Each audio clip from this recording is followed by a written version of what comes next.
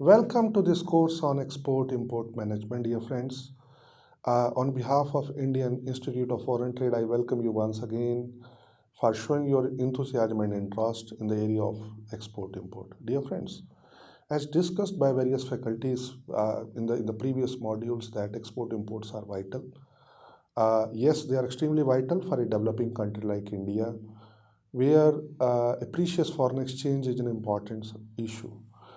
Whatever we import, we have to service our payment through foreign exchange that we earn by making export. So, dear friends, for a country of our size, of our scale, and with the way forward that our Prime Minister look forward, it's important that we must endeavor to export more and earn precious foreign exchange. Dear friends, today we will discuss an important subject, international commercial terms. Before I delve into the technicalities of the issues, it's important to understand what are the commercial terms. Dear friends, in a export import transaction, there are two parties. First party is exporter, second party is importer. International commercial terms are internationally recognized rules and regulations which help us understand the risk and cost. These are the two important things which we must understand with extreme clarity and with utmost you say explanation, risk and cost. These are the two sharing of these two. So exporter and importer. For example, there is an exporter based in India. The exporter is based in Ghaziabad, owns a factory in Saibabad, and he has got export order from Berlin, Germany. Dear friends, before I delve into detail about the cost and risk, let me explain you what what is the logistics journey that will technically take place when goods move from one country to another country. So technically, we know that through the documentation session which is covered by Professor Ariz that nothing can move out of India unless the goods are cleared by a regulatory body called customs. So goods will start the journey from a factory located in Saibabad, will move to a nearby dry port. Dry ports are of two types, inland container depot and container freight stations. FCL cargo is handled at inland container depot and LCL cargo is handled at the CFS. So goods will move from factory to nearby inland container depot. Let us assume that is Dadri. Dadri is a place which is very close to Delhi. And from there, goods will move by train to a nearby port. Let us assume in this journey, the port is Jawaharlal Nehru Port. From Jawaharlal Nehru Port, the goods will move by a vessel, which is a preferred mode of transport. In 95% of the world, logistics take place through sea because it is the cheapest and most popular mode of transport. Easily available, very convenient, very economical, and freight cost is just a fraction of the product cost. Then goods will be unloaded at Hamburg. From Hamburg, goods will go again by train, Dutch Bahn, let us assume by Dutch Bahn, to Berlin. That is a distance of some around 800-900 kilometer from Hamburg to Berlin. And finally, the goods will be cleared in Berlin. This is the technical journey that will take place. Before the goods are cleared in Berlin, the importer of the goods have to file a document bill of entry. It is known as a custom declaration in European Union. In India, it is known as bill of entry. He will file bill of entry and then he will be clearing the goods. So when this journey take place, dear friends, there are two things which arise. First is cost of movement of goods. I ask all of you, is there a cost for taking a container on rent? Is there a cost for movement of goods from Saibabad to Dadri? Yes. Is there a cost for movement of goods from Dadri to JNPT? Yes.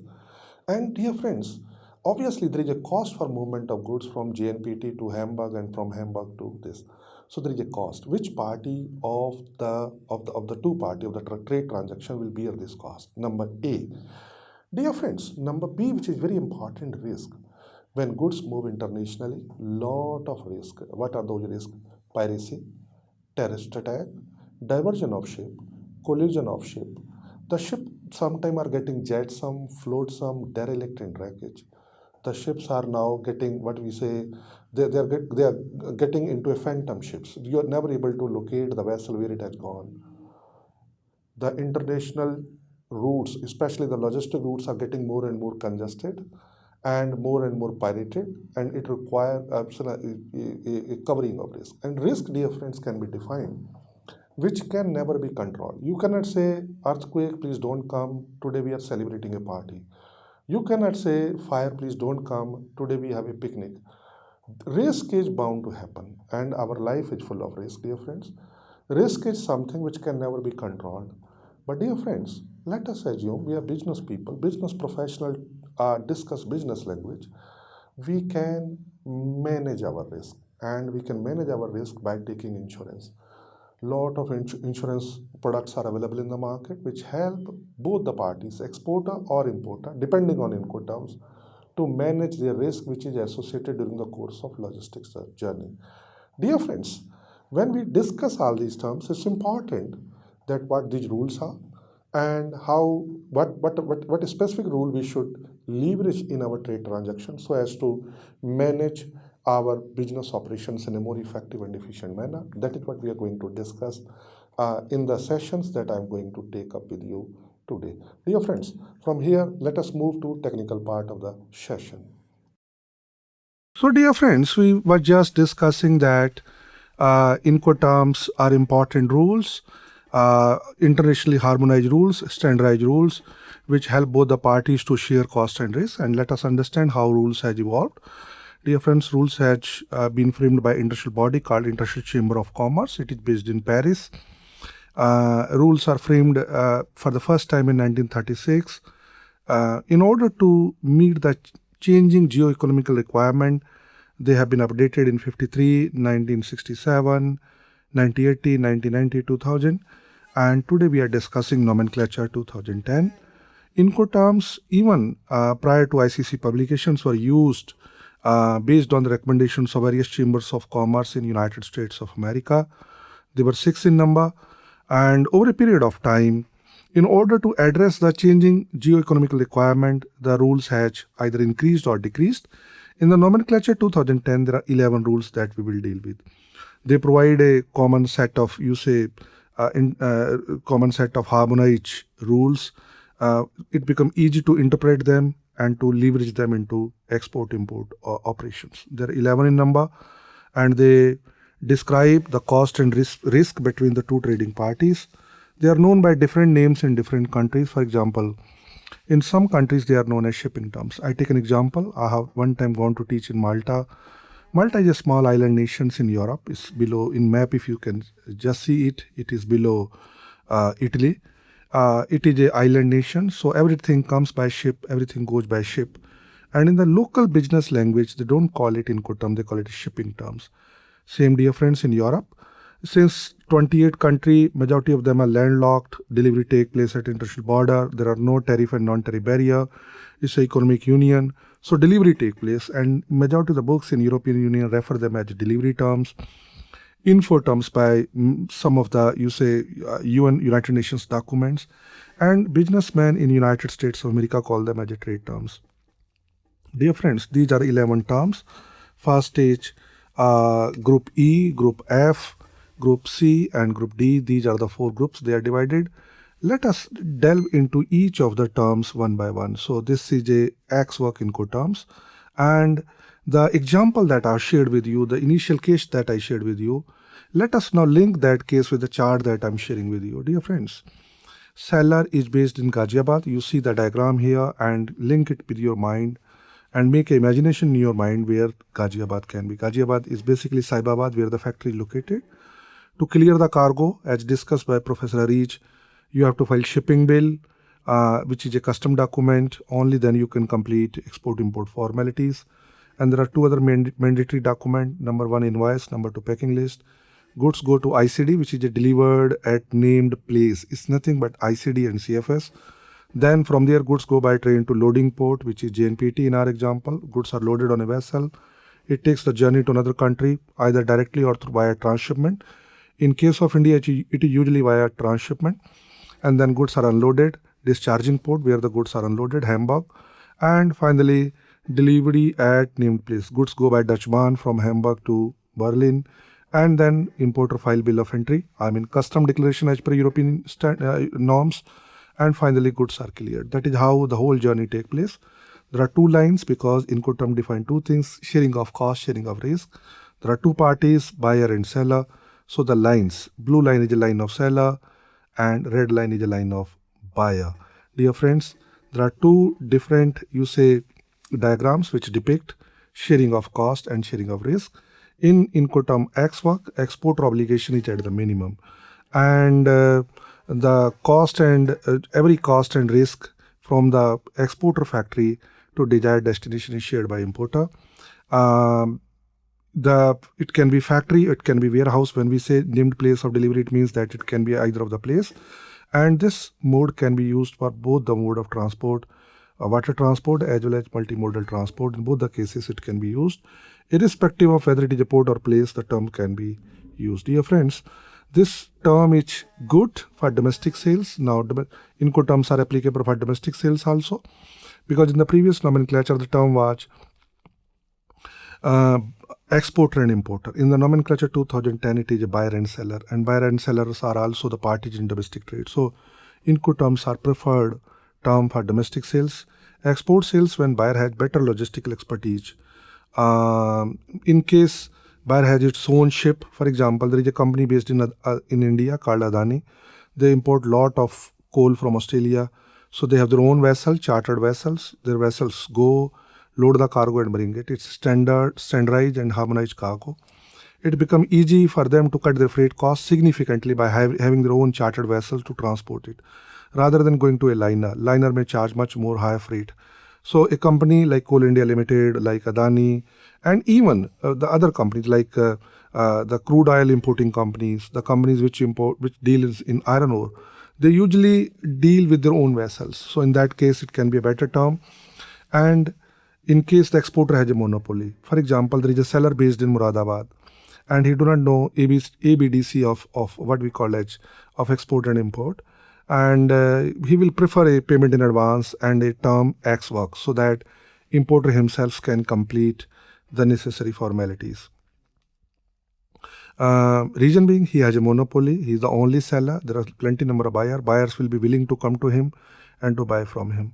Sometimes sellers are ignorant of market conditions, they do not know what are the risks involved, and in order to be a risk-averse exporter, they usually prefer to leverage Incoterm. Deemed export sales and risk-averse situations, this term is the best term. Dear friends, then we move to second types of Incoterms. F group has three types of Incoterm. First Incoterm is a free carrier, named place. So named place is very important, and in this case it is clearly written, seller deliver goods cleared for export. Dear friends, goods are cleared at ICD or as CFS or at port. These are the places: airport or land customs station. So it means it can be used either at a land customs station or at an inland container depot, container freight station, airport or a maritime port. Goods are cleared. It means the shipping bill will be filed by exporter, and he will deliver the goods to nominated carrier, which has been appointed by the buyer. The terms can be used irrespective of mode of transport. It means it is a multimodal transport. Seller is obligated to load the goods on arriving vehicle if it arrives within the date of shipment. This is a very important point which we must read with immense caution. And if the vehicle does not arrive, in that case, seller will hand over the document to person nominated by buyer. Here we can see by diagram. Diagram is already being explained to you. So dear friends, seller deliver the goods. Goods start from his factory by a truck, and he deliver the goods at an inland container depot. All cost, I mean from Saibabad to Dadri, that is the example that we have taken, up to Dadri, all cost, all risk. Risk means, for example, if a road accident happen during the course of transportation of goods from Saibabad to ICD Dadri, who will suffer that risk? That risk will be suffered by exporter. Exporter is supposed to take insurance cover. He will bear the cost of insurance to protect the risk involved in movement of cargo from his factory Saibabad to ICD Dadri, which is the example that we are quoting. And from subsequent to that, all cost and all risk are taken care by buyer. Dear friends, this term is extremely a good term. It is very, very good terms in case of deemed exports. Restricted exports. What are restricted exports? A faculty from DGFT has explained to you very nicely. When government make it mandatory to take a license to export a particular items. So there are 4 types of trade regime which is explained to you. Free goods which are freely exportable, goods which are restricted for export, goods which can be exported through a canalizing agency, which is a state trading enterprise, and goods which are prohibited for export. So restricted goods can be exported, but there is a element of restriction by Director General of Foreign Trade. Either the goods are required for domestic consumptions or other issues involved, like plant quarantine or what we call as a license for animal quarantine. So those issues may be involved, and because of that, in order to ensure better compliance to foreign trade policy and other rules and regulations, to ensure better delivery of supply of goods in the domestic market, the government may declare them as a restricted export. In that case, you have to take a special export license, and you can take export license from DGFT. In those cases, it is better to use Incoterm called FCA. Then there are this Incoterm is also good when importer want to leverage his control on trade supply chain. For air shipment, it is extremely good Incoterm. Free alongside ships. So dear friends, this term is, under these terms, goods has to be delivered to a named port. Now, the one thing that I would like to clarify here, it is named port does not mean that named port of shipment or named port of origin. There can be a port behind a port. For example, our Minister for Transport has announced that in the days to come, we will improve our inland water transport system, and we will declare Patna as a port. The goods will start with a barge from Patna and it will go to Calcutta. From Calcutta, they will go to international market. So there can be a port behind a port, and I took example behind a Calcutta port. There can be a port Patna. There can be a port called Banaras. There can be a port called Allahabad. If we dredge this what we call this course of Ganga and make it navigable with a navigable draft, which is required for movement of barges. So in that case, this term is a very, very good term. And the exporter is supposed to deliver the goods up to named port. Named port in this case will be Allahabad, Banaras, or Patna, where the goods will move by barge to a subsequent port. And this, as discussed, this term is very good for inland water transport. It can be used from sea transport in case of coastal shipment. For example, we have a Vallarpaddam in Kerala. We have as a international transshipment terminal. Goods start from what we call Mangalore. Goods go to Vallarpaddam, Cochin, and from there it go to international market. So in this case, Mangalore can be a what we call as a FAS term where it can be used. In case of charter party contract, we recommend that this term should be avoided. Then very popular term and mostly leveraged term in international trade transaction is FOB, free on board, named port of shipment, the port from where the goods will move from India to another country. So in this case, only difference between FAS and FOB is that exporter is also obligated to load the cargo on the vessel. So goods will be loaded on the vessel. The loading cost, which is a significant cost, is in case of cargo like coal, like what we call liquids, like lubricants, like iron ore, minerals, metals, breakable cargo. For container cargo, yes, because of lot of automations in terms of mechanizations of the port, the cost has been significantly reduced. But it is an important cost, and in that term, exporter bear the cost of loading of cargo on the arriving mean of transport, which is a vessel. So on the vessel, the goods will be loaded, and up to loading cost, each cost will be the cost of on the part of exporter. This is the most suitable terms. Why I say so? Because it creates a 50-50 situations. The problem which relate to my country can be better handled by me. The subsequent problems in terms of clearance, payment of rate can be better handled by importer.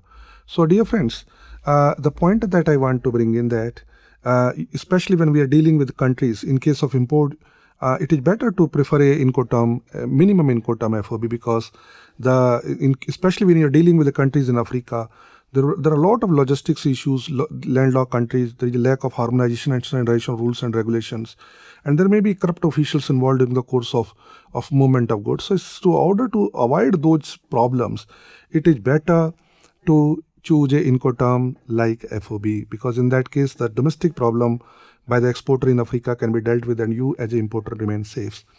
This creates a ideally very ideally competitive situation, win-win situation for both of you, and it should not be used from place. For example, you cannot write FOB Kanpur or FOB New Delhi or FOB Hyderabad or FOB Bangalore or FOB Nagpur, no, or FOB Ludhiana, no.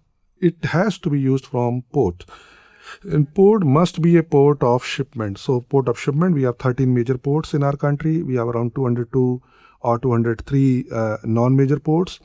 So from where these terms can be effectively used, it create a control on, and buyer can still have a control of supply chains, ideal business relationship, very, very good term for export import operations.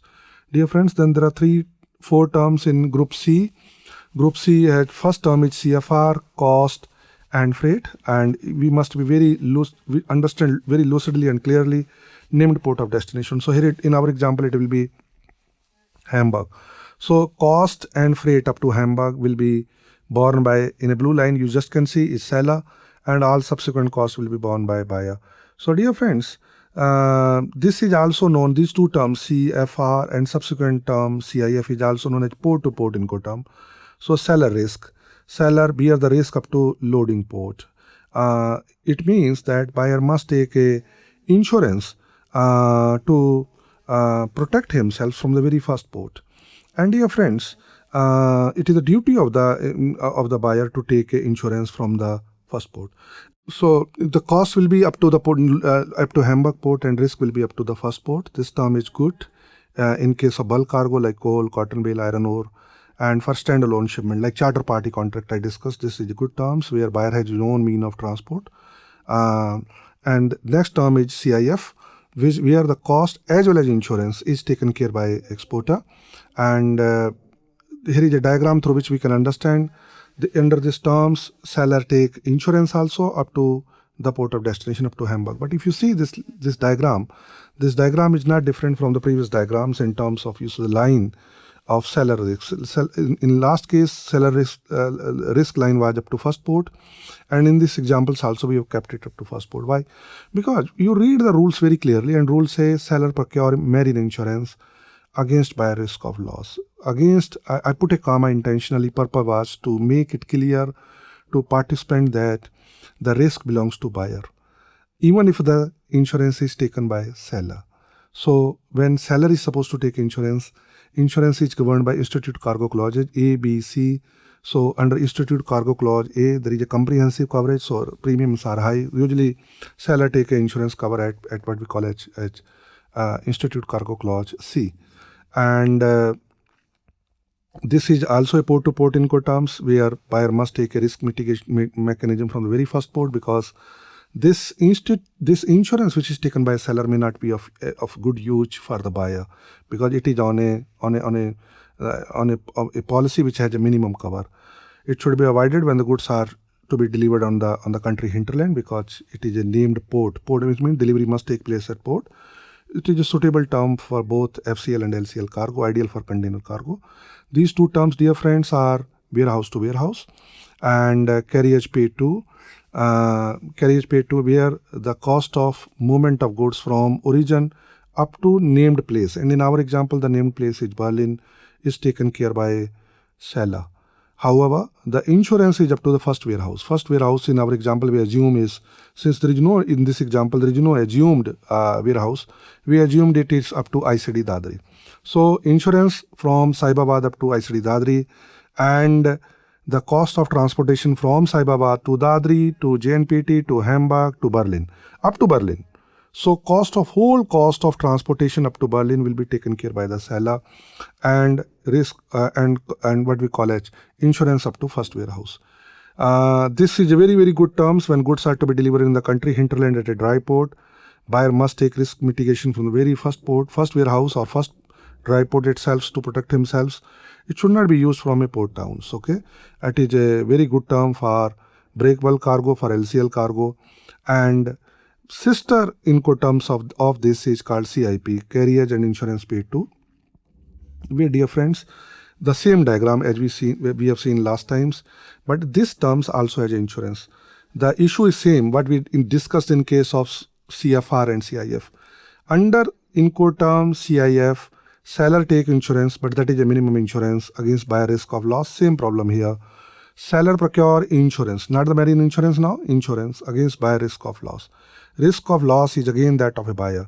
So buyer and seller is required to procure insurance only on a minimum cover, meaning buyer must protect himself from the very first port to in order to avoid the risk which may be involved in the course of transportation for movement of goods from ICD Dadri to final destination, which is in this case ICD Berlin. Dear friends, then we move to last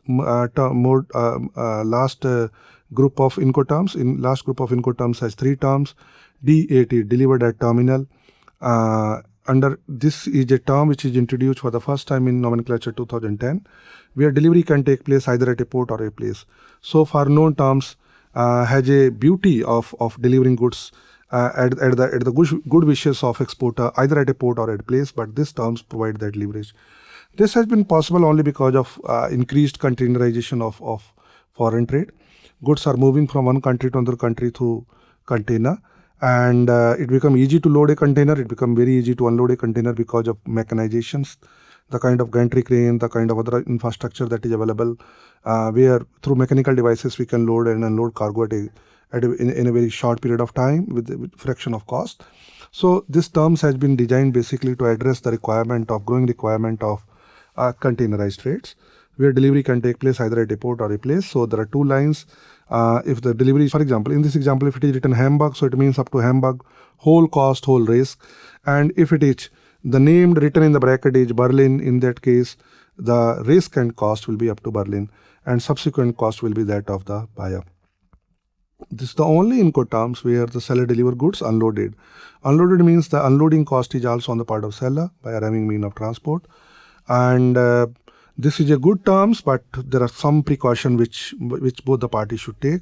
This is they should agree a point within a port. For example, I take an example. The ports are very big in Germany. The example that I'm quoting, port may be as long as 30 kilometer, 40 kilometer long, and River Elbe, which come from Poland and meet at Hamburg.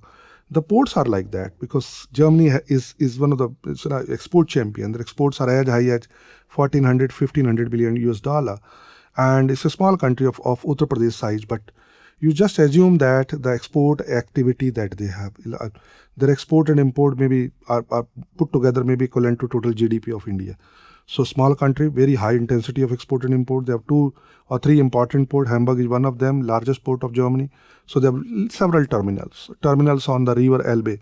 So as the River Elbe go to the sea, draft keep on increasing. As you come to the city side, the draft keep on decreasing. And as a result, when the mother vessel come, they will never be able to approach a channel leaving to a terminal which is very close to city area because of navigable draft restrictions. In that case, I recommend that it is better that both the parties should negotiate a point where the delivery will take place. Then there is a term called DAP, delivered at place. Under DAP Incoterms, the delivery will be at a named place. It is as good as DAT except unloading the cargo at destinations. Otherwise, it is as good as DAT. There is no difference. And final Incoterm is DDP, where goods are delivered at destination.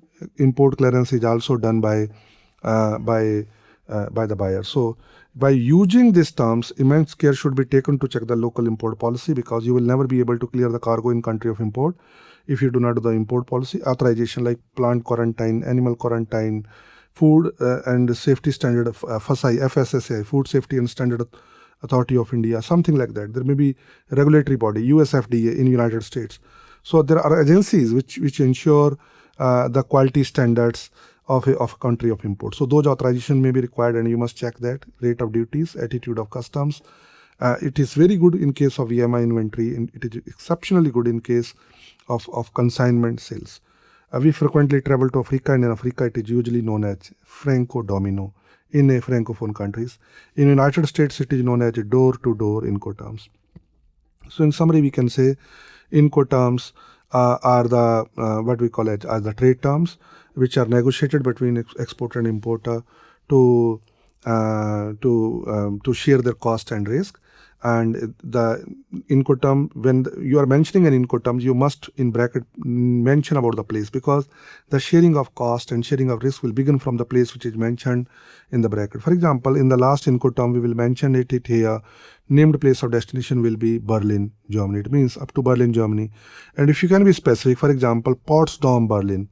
So Potsdam is a small town very close to Berlin. If you mention that, it means that up to Potsdam, all cost and risk will be. Otherwise, it will create ambiguity if you don't take it that way. So dear friends, Incoterms are negotiable. It means that you can negotiate them and you can choose appropriate terms keeping in mind your business requirement.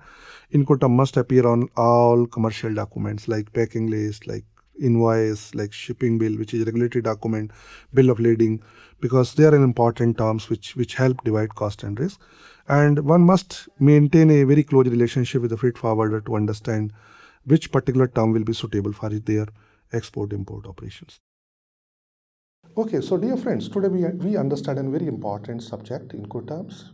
So in summary, I would like to say that exporter and importer must understand each and every term that we have discussed and accordingly leverage in their business operations so as to understand the nuances that may be involved in terms of sharing of cost and sharing of risk between two trading parties. Dear friends, Incoterms are negotiable, and in international business, you get what you negotiate, you do not get what you deserve. So my request to all of you is understand Incoterm properly before you venture into international market. Thank you very much.